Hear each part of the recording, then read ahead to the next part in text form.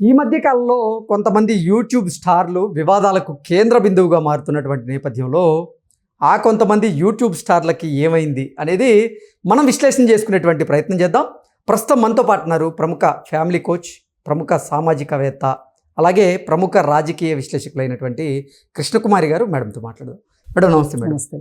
ఈ మధ్య కాలంలో కొంతమంది యూట్యూబ్ స్టార్లు వివాదాలకు కేంద్ర బిందువుగా మారుతూ ఉన్నారు. ఏంటి మేడం కారణం ఏంటి అసలు వాళ్ళని యూట్యూబ్ స్టార్లు అనటం వల్లనే వాళ్ళకి ఇంకొంచెం పైకి కొమ్ములు వచ్చాయంటారు. కొమ్ములు వచ్చి పై చూపులు చూస్తున్నారు. వాళ్ళు నేల చూపులు చూసే వాళ్ళని నమ్మకూడదు, పై చూపులు చూసే వాళ్ళని నమ్మకూడదు, స్థిరంగా చూసే వాళ్ళని నమ్మాలి. అందుకని వాళ్ళని అసలు స్టార్లు అంటాం మానేద్దాం. యూట్యూబర్స్ అంతే, అంతవరకే. ఓకే, అంటే ఇప్పుడు ఫిల్మ్ స్టార్లు ఎలా ఉన్నారో మేము కూడా యూట్యూబ్లో రాణిస్తున్నాం కాబట్టి మేము యూట్యూబ్ స్టార్లు అంటూ ఎవరికి వారే. అదే అందుకే నేను అంటున్నా, వాళ్ళు అత్యంత విలువ ఇచ్చుకొని వాళ్ళకి కిరీటాలు వాళ్లే పెట్టేసేసుకుని మాకు ప్రజలు పెట్టారు అన్నట్లు మన భ్రమింపజేస్తున్నారు. మనం ఫస్ట్ అసలు దాన్ని తిప్పికొట్టాలి. అసలు ఈ యూట్యూబర్లు ఏంటి, ఈ యూట్యూబర్ల కథా కమామిషన్ ఏంటి చూస్తే, ఇవాళ సోషల్ మీడియా అనేది అతిపెద్ద ప్లాట్ఫామ్. మన దగ్గర ఉన్న స్కిల్స్ని కావచ్చు, కళలను కావచ్చు, లేకపోతే బతుకుదెరువు కోసం కావచ్చు, మన ఇష్టాలను చూపెట్టుకోవటానికి, అభిరుచుల మేరకు అన్నిటికీ ఇది ఒక పెద్ద ప్లాట్ఫామ్. నో డౌట్ ఒక మంచి ప్లాట్ఫామ్. పైగా ప్రజలు కూడా ఎంతమంది ఏమి వేసినా సరే, అంటే ఎంత చెత్త వేసినా సరే అభిరుచుల పేరుతోటి, స్కిల్స్ పేరుతోటి వేసినా కానీ చూస్తున్నారు. అయితే ఎలాగో వీళ్ళు చూస్తున్నారు కదా, ఎక్కువ మందితో చూపించుకుందాము అనే ఉద్దేశంతో, అంటే వాళ్ళ వ్యూవర్షిప్ పెంచుకోవటం కోసం వీళ్ళు కొన్ని కొత్త పొంతలు తొక్కుతున్నారు, క్రియేటివిటీని చూపెడుతున్నారు. అలాగే ఒక అసహజమైన అసహజమైన పద్ధతుల్లో దీన్ని పెంచుకోవాలని చూస్తున్నారు, వ్యూవర్షిప్ని.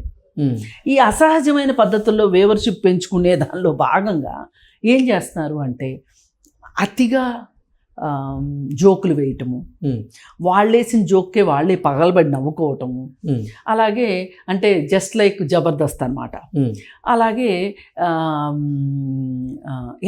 అలాంటి కామెంట్స్ మాట్లాడటం, బూతులు మాట్లాడటం, సరిగా బట్టలు వేసుకోకోకుండా కాస్త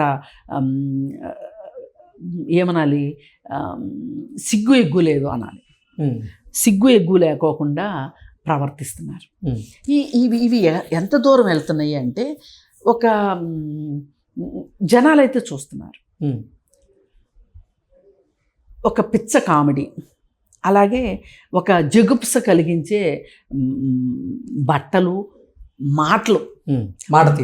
మాట తీరు చాలా జగుప్స్గా ఉంటుంది. మధ్యలో బూతు మాటలు ఇవన్నీ వాడుతున్నారు.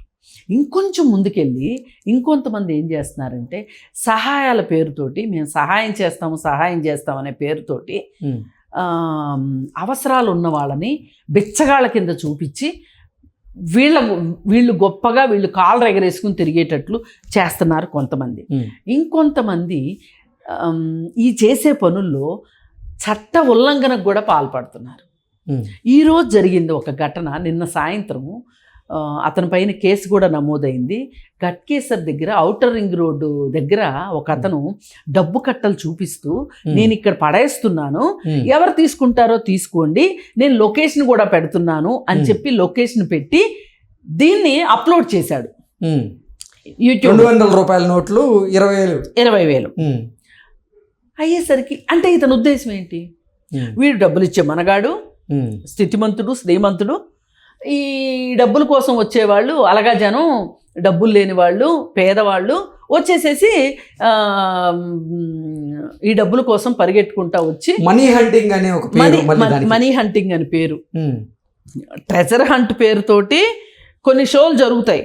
అది ఎవరు చేస్తారు, ఆథెంటిక్గా చేస్తారు, అదొక ఆట. కానీ నువ్వు చేసింది ఏంటి, నువ్వు ఎక్కడ చేస్తున్నావు అసలు? ఇది ఔటర్ రింగ్ రోడ్డు, సర్వీస్ రోడ్లన్నా, ఔటర్ రింగ్ రోడ్లన్నా నీకు అంత దూడలు కాసినాయా? అంటే ఇప్పుడు ఇంతంత ఖర్చు పెట్టి నేషనల్ హైవేస్ అథారిటీస్ వాళ్ళు రోడ్లు వేసింది ఈ నీలాంటి పోరంబోకోడు వేషాలు చూడటానిక. అసలు అక్కడ ఏదన్నా జరగరాంది జరిగితే ఇప్పుడు చాలా మంది వచ్చేస్తారండి. పోనీ వీళ్ళు లొకేషన్ కూడా చెప్పాడు, దూరం నుంచి రాకపోయినా దగ్గరలో ఉన్న వాళ్ళు ఎవరైనా చుట్టుపక్కల ఉన్న వాళ్ళు 10 మంది వచ్చారనుకోండి, ఆ 10 మంది కలిసి ఆ డబ్బుల కోసం పోట్లాడుకున్నారనుకోండి, అక్కడ ఆ ప్లేసు అలాంటి గొడవలకి అనుకూలమైన ప్రదేశమేనా అది? అస్సలు కాదు, అస్సలు కాదు. ఇప్పుడు ఈ పాయింట్లో వీళ్ళని తప్పించబోయి వెహికలోడు, వీళ్ళని తప్పించలేక వీళ్ళ మీదకి ఎక్కించిన వెహికలోడు ఎవరిని ఎలా ప్రాసిక్యూట్ చేస్తారు చెప్పండి మీరు? ఎవరిని బలి చేద్దామని నీ పిచ్చి చేష్టలతోటి? అంటే బెకార్లనే కదా వాళ్ళని నువ్వు పిలిచేది. పైగా ఇంకొకటి, నువ్వేమన్నా దానం ధర్మం చేయదలుచుకుంటే ఎక్కడికన్నా వచ్చి దానం ధర్మం చెయ్యి. ఇప్పుడు మళ్ళీ కొత్త చట్టం ఒకటి వచ్చింది. ఇక నుంచి ఇప్పటిదాకా అడుక్కునేవాడిని శిక్షిస్తామనేవాళ్ళు, ఇప్పుడు దానం చేస్తానన్నవాడు కూడా శిక్షించే యాక్ట్ ఒకటి వచ్చింది. దానం చేయకండి, మీరు శిక్షించబడతారు అని. అది మంచిగా చెడు అనేది తర్వాత మాట్లాడుకుందాం. అయితే ఈ పరిస్థితుల్లో నువ్వు ఈ విధంగా మనుషుల్ని చీట్ చేయటం ఎంతవరకు కరెక్టు? అసలు నువ్వు వాళ్ళు వచ్చారే అనుకుందాం, నువ్వు ఆ డబ్బులు అక్కడ ఉంచుతావని గ్యారంటీ ఏంటి? ఉంచకపోతే ఏంటి అది? అంటే ఇప్పుడు వీడియో అయిపోయిన తర్వాత ఆ డబ్బులు తీసుకెళ్ళిపోతే ఎవరు ఎంతో మంది వస్తే ఎవరూ రాలేదు, అందుకే నేను డబ్బులు తీసుకెళ్ళిపోతున్నాను అని చెప్పి తీసుకెళ్ళిపోతే అంటే ఆ తర్వాత ఎవడన్నా వచ్చి ఆడిపిచ్చోడు అయిపోవాలా? అంటే ఇప్పుడు 20,000 డబ్బులు ఆయాచితంగా వస్తున్నాయి అంటే వచ్చేవాడు వాడంతా డబ్బులు లేనివాడు అయి ఉంటాడు. వాడికి అక్కడి నుంచి వాడి కమ్యూట్కి అలాగే వాడి టైము ఈ రెండు నువ్వు వృధా చేసినోడివి అవుతావు కదా. ఇదేంటి అంటే ఒక ఫేమ్ తెచ్చుకోవటానికి. అలాగే ఈ వచ్చిన ఫేమ్ తోటి అమ్మాయిల్ని ఏడిపించటాలు, అమ్మాయిల్ని పుష్ప 1 సినిమాలో ఉన్నోడైతే ఆ అమ్మాయితోటి జగదీష్ ఆ అమ్మాయితోటి సహజీవనం చేసి ఆ అమ్మాయిని పెళ్లి చేసుకుంటానని చెప్పి ఆ అమ్మాయి పెళ్లి చేసుకోను అంటే ఆ అమ్మాయి ఆత్మహత్య చేసుకోవటం, లేకపోతే ఇతను ఆత్మహత్యకు పురికొల్పటం ఏదో జరిగింది. మరి ఇంకొకరిని ఇంకా కొంతమందిని తీసుకుంటే గనక షణ్ముఖ్ అనే యూట్యూబరు, హర్ష సాయి, అలాగే ఇంకొక ఆమె శ్రీదేవి అని, ఇట్లా యూట్యూబర్స్ ఉన్నారు. వీళ్ళ గురించి ఒక్కొక్కళ్ళది ఒక్కొక్క వాళ్ళ ఏమనాలి, వాళ్ళ వెనకమాల వాళ్ళు చేస్తున్న పనులు ఏంటో ఒక్కొక్కటి బయటకు వస్తున్నాయి. ఇప్పుడు ఈ ఒక్కొక్కటి బయటకు వచ్చే క్రమంలో షణ్ముఖ్ వేరే అమ్మాయితో ఎవరితో అసభ్యంగా ప్రవర్తిస్తే ఆ అమ్మాయి కేసు పెడితే అతను అరెస్ట్ చేశారు. అలాగే హర్ష సాయి ఇక్కడ ఉంటే అరెస్ట్ అయ్యేవాడే, ఆ అమ్మాయి అరెస్ట్ చేయిస్తుంది అని తెలిసి అతను ఎక్కడికో వెళ్ళిపోయి దొరక్క అతనికి బెయిల్ వస్తే కానీ అతను బయటికి రాలా, బెయిల్ వచ్చాకే బయటకు వచ్చాడు. ఇదంతా తన విజయం అనుకుంటున్నాడు, అది వేరే విషయం. ఇప్పుడు కొత్తగా ఈ బెహ్రా అంటే వీళ్ళు బయటకు వచ్చారు. అసలు బయటికి రాని వాళ్ళు ఎంతమందో. ఇప్పుడు నేను శ్రీదేవి అన్నాను కదా, ఆవిడ కూడా ఏం చేస్తుంది అంటే సాయం చేసినట్టుగా కనిపిస్తుంది. సాయం చేస్తూ నీకేం కావాలి అని అడుగుతుంది. కానీ ఎంతో కొంత డబ్బులు తీసుకుని వాళ్ళ దగ్గర ఎంత ఉంటే అంత డబ్బులు తీసుకుని వాళ్ళు ఏది అడిగితే అది ఇస్తుంది. ఆ ఇచ్చే ప్రాసెస్లో ఎంత ఎగతాళి చేస్తుందంటే వాళ్ళని ఎంత కించపరుస్తుందంటే అసలు కించపరిచే హక్కు లేదు మనకి. వాళ్ళు ఏమన్నా నిన్ను అడిగారా? నువ్వు వెళ్ళావు వాళ్ళ దగ్గరికి. దానం చేయటము, ధర్మం చేయటము అనేది మన దేశపు కల్చర్లో ఒక భాగం. ఎందుకు చేస్తాం మనము? ఒక స్వార్థంతో చేస్తాం. నేను ఒకరికి మంచి చేస్తే అది నాకు పుణ్యాన్ని ఇస్తుంది. ఈ పుణ్యం నేను పుణ్యాత్ముడిని కావాలంటే నేను దాన ధర్మాలు చెయ్యాలి అనే ఉద్దేశంతో చేస్తారు. అంటే అల్టిమేట్గా లాభపడేది ఎవరు? నువ్వు. అలాంటప్పుడు నువ్వు వాళ్ళకి దండం పెట్టి నా ఇష్టాన్ని నా స్వార్థం కోసం, నా స్వలాభం కోసం నువ్వు ఉపయోగపడుతున్నావు కాబట్టి నేను నీకు థ్యాంక్స్ చెప్పాలి అని మనం దానం ధర్మం చెయ్యాలి లెక్క అయితే.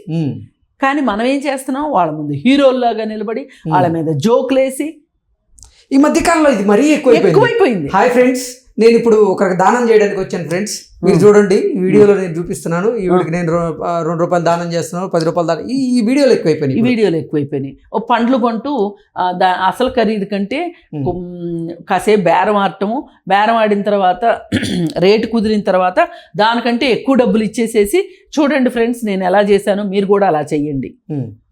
పోనీ అంటే ఎవరికైతే దానం చేస్తున్నారో వాళ్ళ మొహాన్నన్నా బ్లర్ చేస్తున్నారా? అది లేదు, చేయట్లేదు. ఇది అత్యంత బాధాకరమైన విషయం. పైగా ఇవన్నీ చేస్తున్నారు కదా, దీనికి ఒకటే నా దృష్టిలో సొల్యూషన్ ఏంటి అంటే, ఎవరు పడితే వాళ్ళు వచ్చి వాళ్ళ పైత్యాలన్నీ మన మీద వేసి రుద్దటానికి లేకుండా అసలు యూట్యూబ్ సోషల్ మీడియాకు కూడా ఏదైనా ఒక బాడీ ఉండాలి, ఒక సంస్థలాగా ఉండి అది ఎవరైనా ఇలా యూట్యూబర్ అవ్వదలుచుకున్న వాళ్ళు అక్కడ రిజిస్టర్ చేసుకోవాలి. చేసుకుంటే వాళ్ళకి సంబంధించి ఏమైనా కంప్లైంట్లు చెయ్యాలి అంటే గనక ఎవరైతే లైసెన్స్ లాగా తీసుకుంటారో అక్కడ నమోదు చేసుకుంటారో మెంబర్షిప్, అక్కడ మనం కంప్లైంట్ చేసే విధంగా ఉండాలి. అంటే యూట్యూబర్స్ కూడా ఒక అసోసియేషన్ ఉండాలంట. వాళ్ళకి అసోసియేషన్ ఉండాలా అనే దానికంటే కూడా వాళ్ళు ఒక గుర్తింపు తీసుకోవాలి అంటే ఒక ఆర్గనైజేషన్ దగ్గర, అంటే ఒక బాడీ దగ్గర వీళ్ళు మేము పర్మిషన్ తీసుకోవాలి. అంటే దాన్ని ఏమంటాము, ఒక లైసెన్స్ లాగా ఒక లైసెన్స్ తీసుకొని మీరు చేస్తే అప్పుడు మనం వాళ్ళని కట్టడి చేయగలుగుతాం. వాళ్ళ ఏదైనా తప్పు చేసినా, వాళ్ళ మీద ఏదైనా లైంగిక ఆరోపణలు వచ్చినా వాళ్ళ లైసెన్స్ రద్దు చేయడం మనం చేయొచ్చు. ఆ బాడీ జీవితంలో వాళ్ళు మళ్ళీ యూట్యూబ్లో అప్లోడ్ చేయడానికి వీలు లేకుండా, వాళ్ళు ఏది ఫేమ్ కోసము డబ్బుల కోసమే కదా ఇవన్నీ చేస్తుంది. మరి చేస్తున్నప్పుడు మీరు కేవలం సృజనాత్మకత చూపించుకుంటానికి వస్తున్నారా అంటే అది కాదు.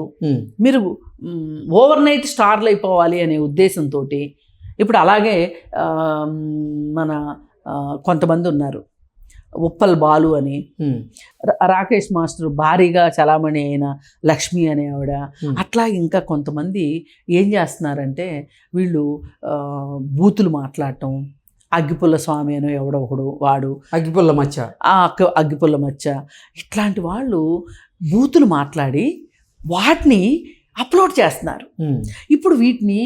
ఇప్పుడు ఈ సెల్ ఫోన్ అనేది పిల్లలు కూడా చూస్తారు, చాలా బూతులు నేర్చుకుంటున్నారు. ఇప్పుడు ఇవి ఉంటాయి కదా, షార్ట్స్ పెడతారు కదా, ఈ షార్ట్స్ వల్ల ఎంతటి కాలుష్యం అవుతుంది అంటే అంతటి కాలుష్యం అవుతుంది. బూతులు నేర్చుకుంటున్నారు పిల్లలు. అవును, ఈ మధ్యకాలంలో పిల్లల చేతిలో ఖచ్చితంగా ప్రతి ఒక్కరి చేతిలో మొబైల్ ఉంటుంది. వాళ్ళు కూడా ఈ షార్ట్స్ చూస్తున్నారు. ఆ ప్రభావం ఖచ్చితంగా పిల్లల మీద పడుతుంది. పైగా కొంతమంది మహిళలు కూడా వాళ్ళ వయసుని వాళ్ళ స్థాయిని మర్చిపోయి పిల్లలు చేసినట్లుగా సగం బట్టలు వేసుకొని పెడుతున్నారు. ఇది కూడా చాలా విచారకరమైన పరిస్థితి. ఇట్లాంటి వాటన్నిటికీ ఒకటే మందు ఏంటి అంటే, ఏదైనా ఒక సెన్సార్ బోర్డు లాంటిది, ఒక చిన్నపాటి ఒక ఆథరైజ్డ్ బాడీ ఉండాలి. ఉండి వాళ్ళు ఎవరైనా చూసిన వాళ్ళు వాళ్ళకి కంప్లైంట్ చేస్తే వాళ్ళ మీద చర్యలు తీసుకునే విధంగా ఉండాలి. ఇది ప్రభుత్వం తరఫు నుంచి చేసినా, ఏదైనా ఒక ఎన్జిఓగా చేసినా, లేదా పోలీస్ డిపార్ట్మెంట్ చేసినా, ఎవరో ఒకళ్ళు అయితే, ఇప్పుడు ఐటీ చట్టం అనేది మనకు ఒకటి వచ్చింది. ఈ ఐటీ చట్టంలో దీన్ని ఒక వింగ్గా చేసినా పర్వాలేదు. ఇప్పుడు సినిమాలకి ఎట్లా అయితే సెన్సార్షిప్ ఉంటుందో మన టీవీకి లేదు, మన ఈ సోషల్ మీడియాకి లేదు, వెబ్ సిరీస్కి లేదు. వీటికి లేకపోవటం వల్ల ఎక్కడైతే నిబంధనలు లేవో అక్కడ యథేచ్ఛగా హింస, సెక్సు ఇవన్నీ చూపిస్తున్నారు, క్రైమ్ చూపిస్తున్నారు. ఈ క్రైము, ఈ హింస చిన్నపిల్లలు చూస్తే వాళ్ళ మనసుల మీద చాలా దారుణమైన ప్రభావం పడుతుంది. ఇది కరెక్ట్ కాదు. ఓకే, అందుకోసం ఏంటి అంటే ఎంత త్వరగా వీలైతే అంత త్వరగా ప్రభుత్వం కూడా దీని మీద ఒక చర్యలు చేపట్టాల్సిన అవసరం ఉంది. అప్పుడు మాత్రమే ఇలా ఎవరు పడితే వాళ్ళ పైత్యాల కొద్దీ వాళ్ళు వచ్చేసేసి ఇక్కడ యూట్యూబ్లో అప్లోడ్ చేసేసి, ఏ చెత్త అంటే ఆ చెత్త అప్లోడ్ చేసేసి డబ్బులు సంపాదించేసుకుంటున్నారు. అంటే ఇది ఒక డబ్బు సంపాదనకు ఒక మార్గంలాగా తయారైంది. డబ్బు సంపాదించడం తప్పని నేను అనట్లా, కానీ ఏ పద్ధతిలో సంపాదిస్తున్నాం అనేది ప్రధానమైన అంశం. అంటే ఎవరికైనా నష్టం లేకుండా, ఎవరినైనా ఏడిపించకుండా ఇలా ఉండాలని ఓకే నా ఉద్దేశం. Okay madam, thank you so much. Thank you.